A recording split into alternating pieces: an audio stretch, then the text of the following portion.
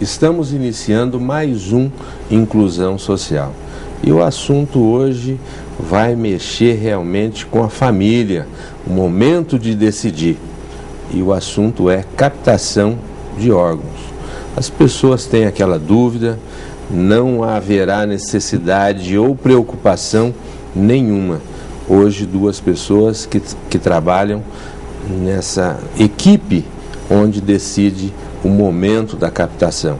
A Márcia, assistente social, já esteve aqui com a gente. Márcia, um prazer ter você aqui. Vergara, o prazer é meu. Obrigado pelo convite. E falar desse assunto que é importante e toca as pessoas, né, Tânia? Muito. Muito. E você que vive o dia a dia sabe o que é chegar numa família e falar isso. Tânia, um prazer ter você aqui. O prazer é todo meu, eu que agradeço a oportunidade de estar tentando mostrar um pouquinho sobre esse assunto. Fisioterapeuta da nossa Santa Casa, a Márcia também. Assistente é do social. complexo, na realidade, né, Tânia? Todos o complexo hospitalar, vocês estão lá acompanhando o dia a dia. A outra companheira aqui de trabalho, a Ueda. Ueda, um prazer ter você aqui e falar desse assunto tão importante, né? Eu que agradeço pelo convite, mais uma vez, Vergara, de estar aqui no seu programa e nesse programa Inclusão Social tão importante que realmente informa as pessoas e os nossos ouvintes, a você que está aí hoje nos acompanhando aqui no nosso programa na Nova TV. Com certeza teremos muitas informações hoje aqui e também um grande prazer estar aqui junto com a doutora Tânia, a Márcia também, que vem fazendo esse belíssimo trabalho aqui na cidade de Franca, mais propriamente na Santa Casa, setor hospitalar e UTI. Bom, Márcia, vamos iniciar com a seguinte preocupação. Quando que a Santa Casa foi credenciada? Santa Casa de Franca é um hospital credenciado. Ela é credenciada. Vergara, é até importante a gente falar sobre isso, porque captação de órgãos é um trabalho realizado há 14 anos. A legislação que regulamentou a captação de órgãos no Brasil, ela é de 97. E a partir de 2000, o Ministério da Saúde solicitou que os hospitais que atendem o SUS constituíssem uma comissão de transplante. Para quê? Para que essa comissão, no âmbito hospitalar, pensasse estratégias para a captação de órgãos. E a comissão de transplante em Franca existe desde 2000. Assim que o Ministério da Saúde solicitou que os hospitais criassem a comissão. Então, desde 2000 a gente está com esse trabalho de captação de órgãos. 2000, tanto tempo, uma importância enorme para a vida de pessoas aí que realmente tem problema e com certeza uma doação seria devolver a vida a alguém. Tânia, como que é conviver com tudo isso em primeiro plano, a família? É um momento muito difícil, porque chega um paciente, ele quer o melhor, ele acha que esse paciente sempre vai sobreviver, a família sempre tem esperança. Então é um momento muito difícil e a gente tem que trazer essa família para junto da gente, desde o início, desde a internação desse paciente. Qual é o paciente que hoje chama atenção? O politraumatizado, qual a doença que vai te dar a condição que vai ter múltiplos órgãos, né? Porque nós vamos falar depois da córnea, que é um específico, mas o múltiplo. Qual é o paciente que vai ser assim, olhado? Esse é possível. Tá. Nós temos dois, tá? Casos que são mais frequentes. No caso, politrauma, né? Traumatismo craniano, e também os AVS, que é o acidente vascular encefálico. Sim. Esses casos, Franca tem um índice muito alto de acidentes, principalmente de moto. Então nós temos um índice muito alto de pacientes jovens, onde se torna mais difícil lidar com a família. Entendeu? O paciente, geralmente, com AVC, ele já é um paciente mais velho, né? Ele já teve alguma oportunidade, isso que as famílias comentam sempre. Doutora Tânia, em que momento, quando ocorre esse acidente vascular, em que momento que é importante fazer essa abordagem para a família e em que momento a família vai ter a certeza de que ela pode autorizar a doação de órgãos, por exemplo? Tá, doutora. desde a internação do paciente, esse paciente ele é monitorizado, a família faz esse acompanhamento todos os dias. No momento da visita, o plantonista do setor vai comunicando com a família o estado desse paciente. Se esse paciente está evoluindo para uma piora do quadro neurológico, são realizados diversos exames até que se comprove essa morte cerebral. Agora, porque eu acho assim, para nós todos, né, e as pessoas que estão aí nos ouvindo, é muito difícil tomar essa decisão. Eu, por exemplo, já passei uma situação dessas na família e nós acreditamos, nós temos a esperança que a pessoa está viva, né? Como é que funciona a questão da morte encefálica? Só para que as pessoas que estão nos acompanhando e nos ouvindo aí do outro lado possam entender, explica para nós como que funciona a morte encefálica. Nós temos sangue circulando no corpo todo, que é o nosso nutriente que carrega o oxigênio. Então, quando eu falo de morte cerebral, isso quer dizer que o meu cérebro não tem mais oxigenação, não tem mais fluxo de sangue naquele local. Todos os outros órgãos continuam funcionando. Todos os órgãos continuam trabalhando até que eles, de uma hora para outra, eles começam, que a gente chama de falência. Porque quem comanda esses órgãos é o cérebro. Agora, Tânia, eles continuam funcionando. A partir do momento que houve a morte encefálica, a morte cerebral, e os órgãos continuam ainda em funcionamento, se a família decidir, caso a família venha decidir fazer a doação, quanto tempo se tem? É dias, é questão de horas? Como é que funciona para que esses órgãos sejam aproveitados, na verdade? Tem-se que, no máximo, após a comprovação da morte cerebral, no máximo 2 horas após. Por quê? Porque eu começo a ter falência desses outros órgãos. E a partir do momento que é comunicado à família, e a família tem que dar essa resposta, porque todo é um trâmite, passa para a central de captação, e isso é um processo muito longo, porque para que haja a doação eu tenho que ter um receptor. E esse receptor tem que ser transportado, enviado para o hospital onde ele irá receber. São 2 horas a partir do momento que se tem a notícia. Isso. 2 horas não é muito pouco, dá tempo, Tânia? É justamente por isso. Porque eu tenho que pensar que quem vai receber esse órgão, eu tenho que oferecer um órgão sadio. Porque essa pessoa já está doente. Sim. Se eu faço o transplante e eu não cuido desse órgão, o paciente vai continuar doente. Entendeu? É um momento muito difícil, por isso que a família tem que ser acolhida no momento da internação, independente da causa. Bom, Márcia, a gente vendo aqui a Tânia, não é um sufoco, é uma dificuldade para resolver isso, para convencer pessoas. Você, Márcia, como assistente social, vamos falar assim, qual é o momento que eu devo ser doador? Em vida, saudável? Não pode ser o de carteirinha, né? Como que funciona isso? A qual o momento que eu posso decidir isso? Então, Vergara, é tão bom a gente conversar sobre isso, porque aí eu vou colocar o que eu vivencio no hospital com as famílias. A documentação, em 97, quando eu disse que foi regulamentada a doação de órgãos, a nossa doação foi presumida, ou seja, todo brasileiro é doador de órgãos. Quem não queira doar órgãos, que coloque nos documentos RG ou carteira de motorista não doador. O que aconteceu na prática no nosso Brasil? Às vezes a pessoa mudava de ideia, eu sou doador, a família chegava no hospital, quero doar os órgãos, tinha que verificar a documentação, tá lá, não doador. E tinha muitos documentos como não doador e às vezes também as pessoas nem eram consultadas. E diante disso, logo em seguida, uns 3 anos depois, essa lei caiu. Hoje, o doador comunica a família e a família é quem autoriza a doação dos órgãos. Por isso é muito importante. É um tema difícil, pesado, não se conversa isso em barzinho, em reunião de família, em festas, é um assunto que não se fala. Todo mundo acha que vai viver aí bem, né? Vai viver por um bom tempo. Ninguém quer passar por esse problema, isso, ninguém quer falar sobre morte, o destino dos seus órgãos. E quando a gente entrevista as famílias, Vergara, o que a gente observa?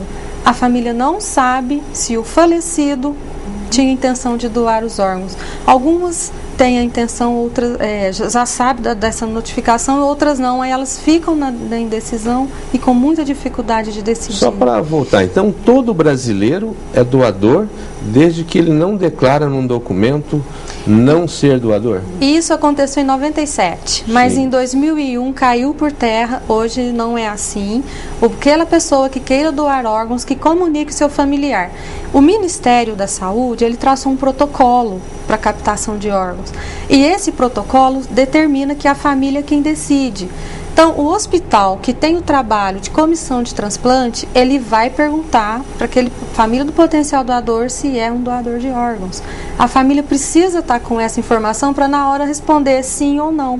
O nosso trabalho, Vergara, é até bom a gente falar, porque ele não é de convencimento da família a doar o órgão. Esclarecer, ele né? É de deixar as pessoas esclarecidas de que não está causando nenhum trauma ao paciente, o paciente que pode chegar a essa morte encefálica que você citou e que pode salvar vida. Bom, Nené sinaliza, nós vamos para um breve intervalo e vamos voltar com esse assunto que é muito importante para a nossa sociedade.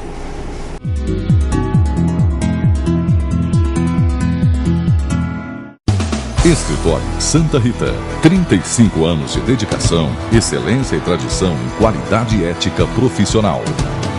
Recentemente, conquistou o certificado do Programa de Qualidade das Empresas Contábeis, após cumprir um amplo programa de treinamento. Com esta certificação, o Escritório Santa Rita se mantém em destaque em seu segmento profissional. Escritório Santa Rita, respeito e qualidade que Franca procura e merece. Especializado nas áreas contábeis, consultoria e processo de aposentadoria. Escritório Santa Rita. A maior loja virtual de artigos católicos. Ouro e Mirra.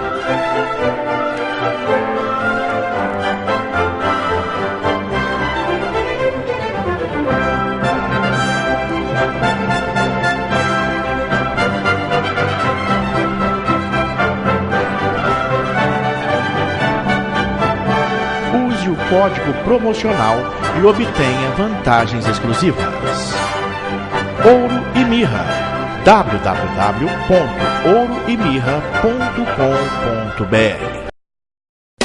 Conheça a nova coleção dos produtos STK no Shopping do Componente e encontre o componente ideal para o seu produto. Zíperes, velcros, elásticos, tecidos, forros para cabedais desenvolvidos especialmente pensando no conforto e na qualidade de seu calçado. Mais de 8.000 itens para calçados, bolsas e acessórios. Grupo Stick Fran e produtos STK. Transparência e tecnologia a serviço do Brasil. Franca, Jaú e Birigui. O Livre, o telefone fixo da Embratel, é a sua alternativa em telefonia fixa. Muitos minutos e muito barato. Plano Fale à Vontade. Ligações locais e DDD ilimitados. E o melhor, por apenas R$ 39,90 por mês nos primeiros 3 meses. Só que na Embratel você pode falar à vontade assim. Ligue agora mesmo para o número que está aparecendo na sua TV e peça já o seu Livre. Comece a economizar. Ligue e peça o seu.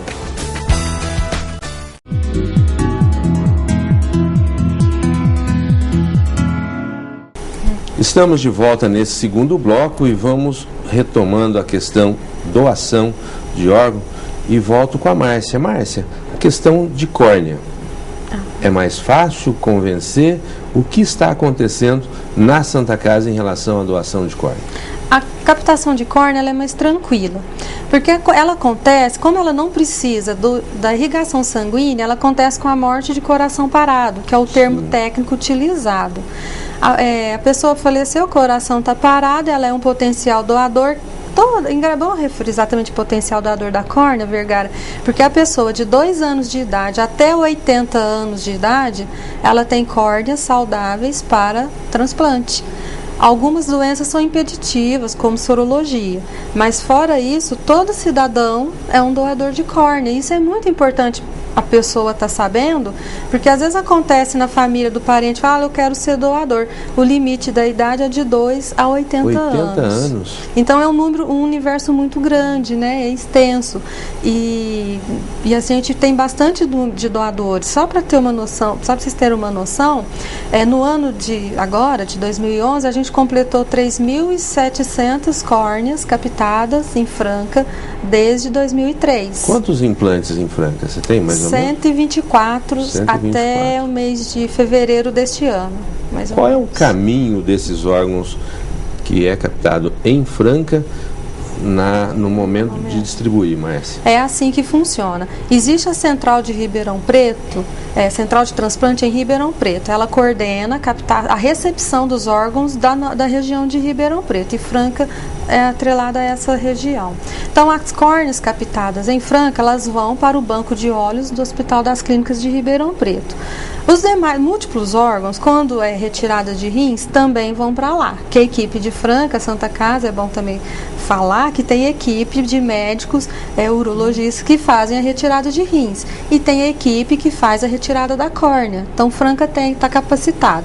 E tem médico oftalmo que faz o transplante pelo SUS. Isso é muito bom a gente falar. Os demais órgãos, fígado, coração, pâncreas, quando são retirados, são equipes que são médicos do receptor. Essa central de transplante que fica localizada em Ribeirão, no momento que a gente, Santa Casa, notifica que há um potencial doador de múltiplos órgãos, ela já vai solicitando uma série de exames, já vai fazendo a questão da compatibilidade e localizar o receptor, que se daí 6 horas a gente já comunica, a família autorizou, é um doador de órgãos, deixa de ser potencial, passa a ser doador, essa equipe médica já está localizando o seu paciente para internar para fazer os transplantes de coração. Esse sistema funciona bem? Ele funciona online, Vergara. Está fazendo a recepção e já estou trabalhando para onde vai. Isso funciona?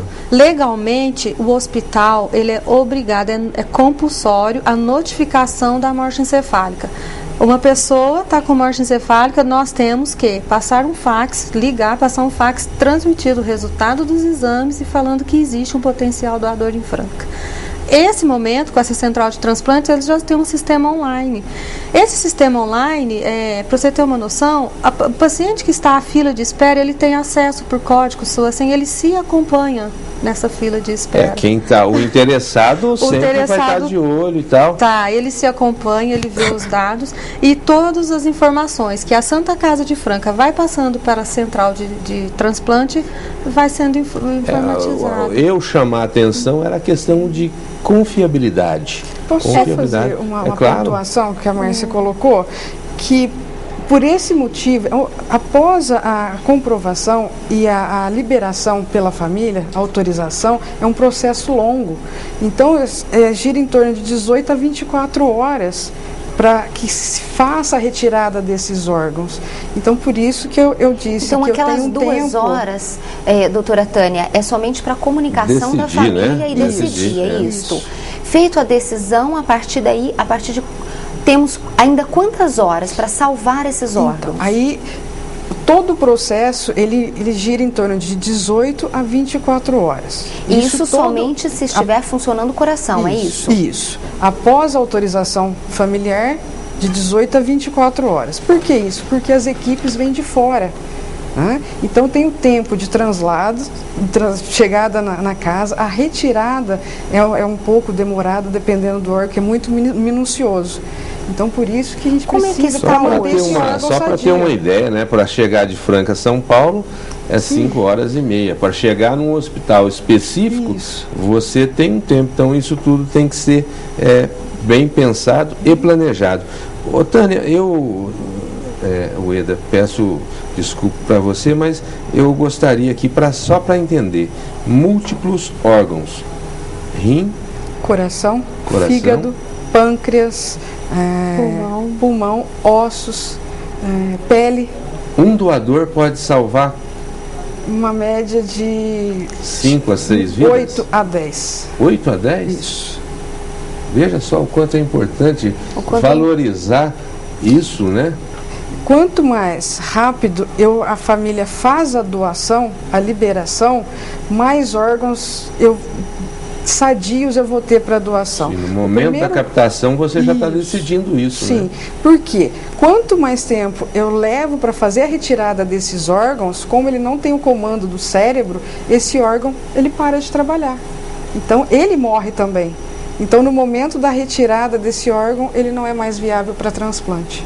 Falar em confiabilidade, Tânia, é necessário mostrar para a população, para a família, que realmente os exames são exatos. Vai mostrar que realmente não sai daquela situação.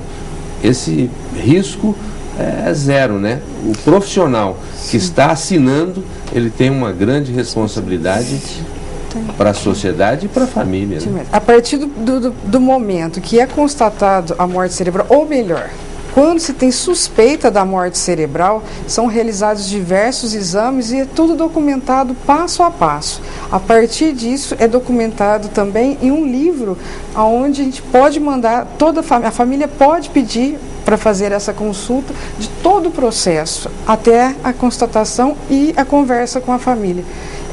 Para você ter uma ideia, o pessoal entender, se eu falei com um médico em Ribeirão Preto, às 18h01, eu tenho que anotar nesse caderno.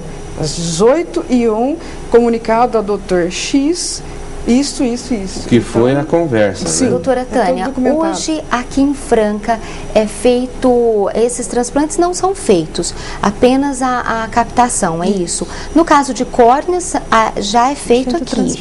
Agora, eu gostaria de fazer uma pergunta para Márcia. Márcia, você que tem acompanhado tantas famílias e acabou de nos dizer que esse trabalho não é um trabalho de persuasão com a família, e a doutora Tânia acaba de nos dizer que cada potencial doador pode salvar até 8 vidas. Como é que geralmente é essa conversa quando a família fica sabendo? Como é que ela reage? Como é que tem sido o trabalho de vocês? Tem sido eficaz essa recepção e a resposta da família como potencial doador? Tem sido eficaz, é feito um acolhimento. No primeiro momento, a família é notificada, infelizmente, do óbito. E após a notificação do óbito, logo em seguida faz o acolhimento e em seguida fala-se sobre a captação de órgãos, sobre o potencial doador. A família, cada uma reage de uma forma. Tem morte muito violenta, tem morte que é esperada, depende do parente que está ali. Aqui em Franca, como é que tem sido as doações? Em termos assim, podemos dizer assim que estatisticamente índices são altos, baixos, os familiares têm feito a doação? Tem, a nossa média é como a do estado, a nacional, 60% das famílias doam, 40% não doam. Às vezes oscila um pouco por tempo, né? E entre essas oscilações, esse ano de 2011 a gente teve uma oscilação crescendo para a recusa familiar.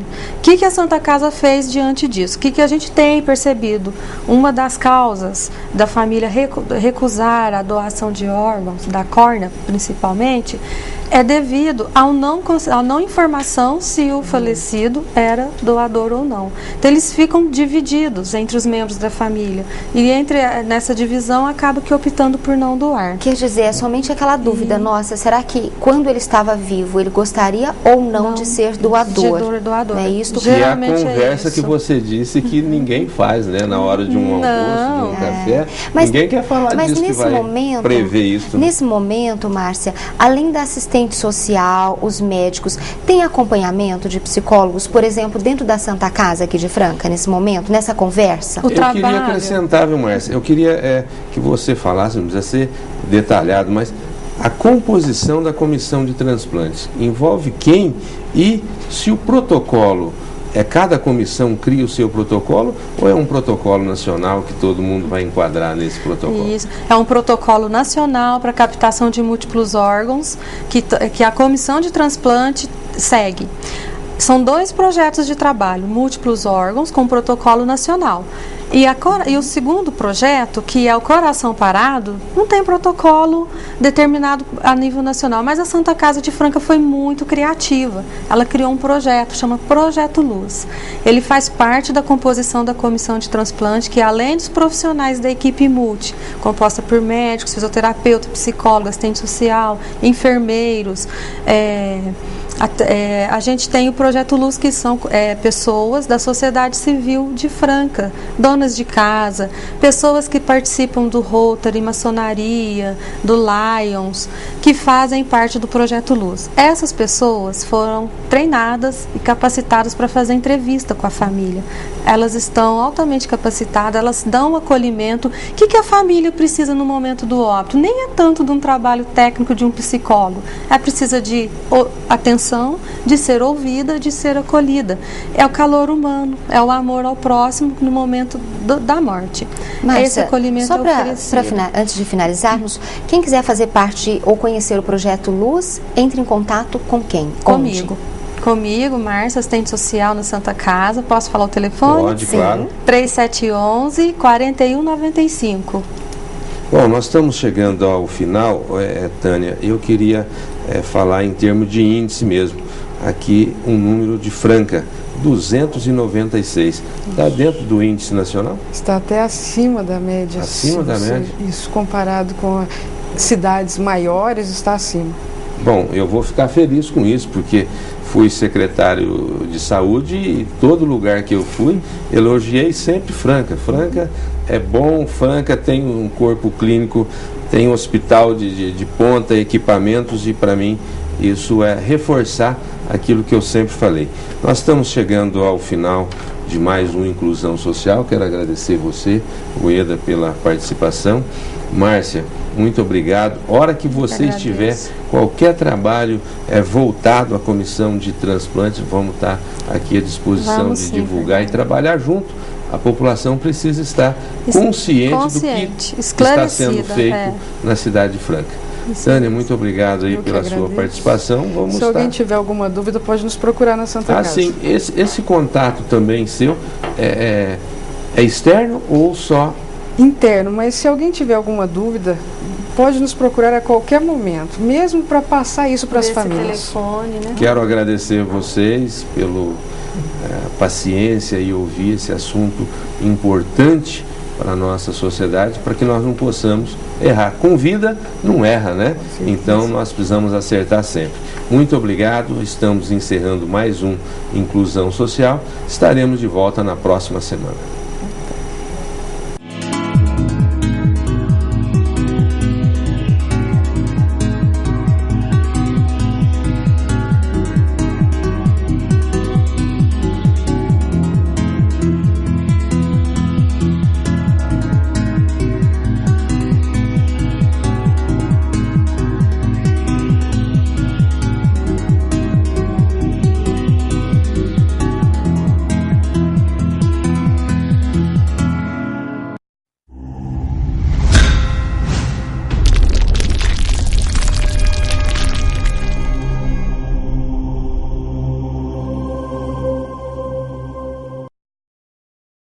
Escritório Santa Rita, 35 anos de dedicação, excelência e tradição em qualidade e ética profissional.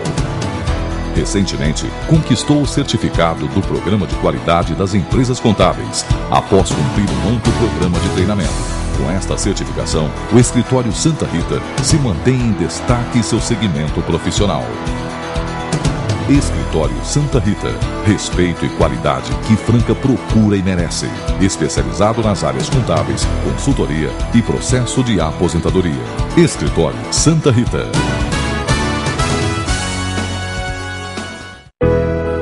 A promoção Cores da Primavera das Óticas Carol vai encantar você. Para cada cor das etiquetas nas lojas, você ganha um desconto especial. Vá até as Óticas Carol e aproveite! Sou Juliana, diretora da Quanta Turismo. Convido você, empresário, lojista e representante, a conhecer os nossos pacotes exclusivos para Couro Moda 2012. venha nos visitar ou acesse o nosso site www.quantaturismo.com.br. Guardamos sua visita.